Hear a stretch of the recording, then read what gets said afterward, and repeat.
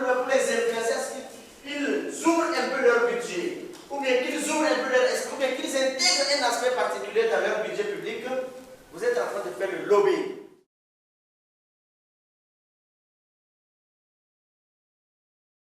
Je suis Gislain Legui, le secrétaire exécutif FODET. Donc j'ai en charge pour ces 3 jours de conduire la formation sur la mobilisation des ressources, c'est-à-dire la budgétisation sensible aux droits de l'enfant. Parce que l'avenir d'un pays ne dépend que de l'importance qu'on accorde à ses enfants. Comment intégrer le droit de l'enfant à la politique nationale, aux stratégies locales de développement.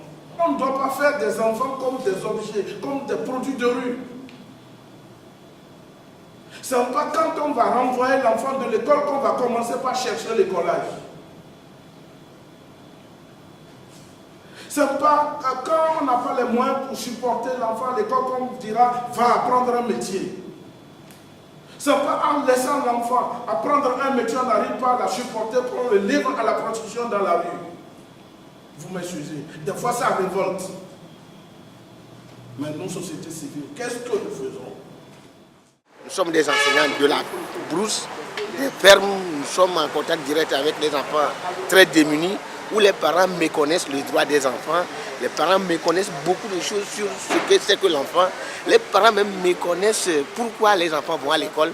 Parce que nous avons trop de difficultés pour ramener ces enfants à l'école. C'est les plus intelligents qui restent même à la maison, et où nous avons, en tant que directeur d'école, avec nos proches collaborateurs, on se rend dans les familles, sensibiliser les parents d'abord pour qu'ils arrivent, pour que les enfants puissent arriver à l'école.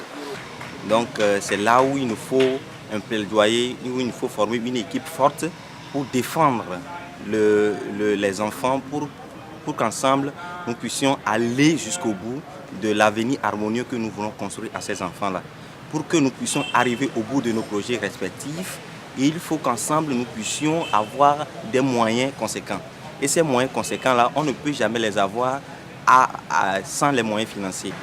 Puisque vous n'êtes pas sans savoir que en matière de budget en faveur de la protection des enfants, ce n'est pas toujours la meilleure, ce n'est pas toujours vu au niveau des autorités du pays.